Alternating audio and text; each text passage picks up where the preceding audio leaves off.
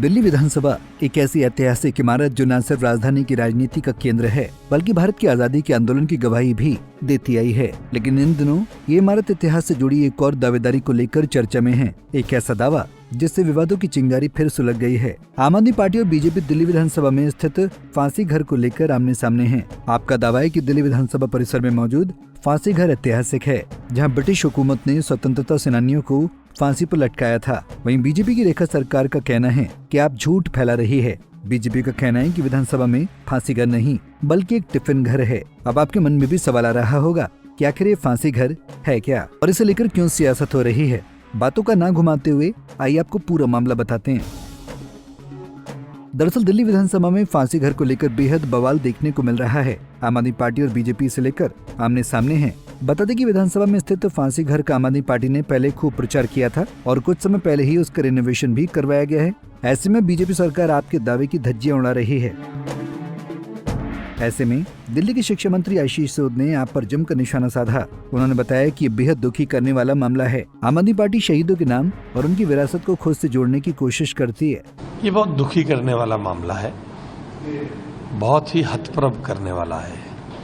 हमारी भावनाओं के साथ किस प्रकार का खिलवाड़ आम आदमी पार्टी करती है, किस प्रकार से हमारे शहीदों के नाम पर उनकी लीगेसी को अपने साथ जोड़कर उससे राजनीतिक फायदा लेने का जो प्रयास आम आदमी पार्टी करती है वो बहुत निंदनीय है। हम बहुत दुखी हैं इस सब घटनाक्रम से।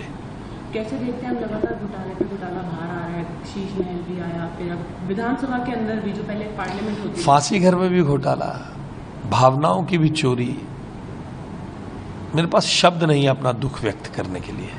अब ये सब जानकर आपके मन में भी सवाल आ रहा होगा कि आखिर ये फांसी घर क्या है, क्यों बीजेपी और आम आदमी पार्टी फांसी घर को लेकर आमने सामने हैं। आइए बताते हैं। फांसी घर पर सियासत क्यों। दिल्ली विधानसभा परिसर में बने पुराने कमरे को लेकर राजनीति गर्मा गई है। आम आदमी पार्टी का दावा है कि ये कमरा ब्रिटिश काल में स्वतंत्रता सेनानियों को फांसी देने के लिए इस्तेमाल होता था। लेकिन अब दिल्ली की मौजूदा बीजेपी सरकार ने इस दावे को सिरे से खारिज कर दिया है। रेखा सरकार का कहना है कि ये कोई फांसी घर नहीं बल्कि एक टिफिन घर था, यानी वहाँ खाना बनाने और परोसने का काम होता था।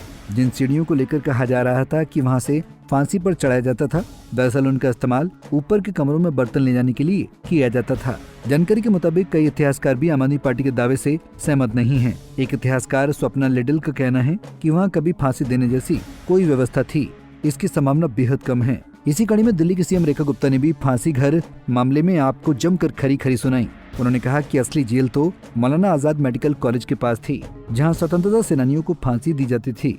उन्होंने आगे कहा कि पिछली सरकार ने इसे फर्जी फांसी घर को दिखाकर जनता को गुमराह किया और शहीदों का अपमान किया। आम आदमी पार्टी के बचाव में उतरी नेता प्रतिपक्ष आतिशी ने रेखा सरकार पर जमकर हमला बोला। आतिशी ने कहा कि दिल्ली के असली मुद्दों पर जैसे कानून व्यवस्था, झुग्गियों का तोड़ा जाना, पुरानी गाड़ियों की जब्ती, इन पर बात ही नहीं हो रही है। उल्टा जब हम ये मुद्दा उठाते हैं तो हमें सदन से बाहर कर दिया जाता है।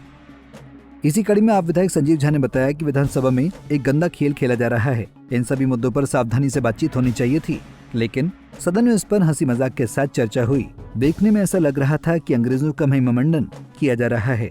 ये अध्यक्ष जी का कहना है कि इसमें कोई तथ्य नहीं है। देखिए, जो कुछ भी सदन में चर्चा हुआ, मैं सम्मान के साथ कहता हूं कि एक बहुत एक खतरनाक खेल खेला गया। ब्रिटिश डेलीगेशन के सामने ये बात कही गई। आखिर महिमामंडन किसका किया जा रहा है? हम ये कह रहे हैं अगर कुछ फैक्ट है भी तो आप इतिहासकार को बुलाइए, पक्ष सब बैठे, चर्चा हो, उस विषय का पता हो, क्योंकि अलग अलग तथ्य अलग अलग बातें कह रहे हैं।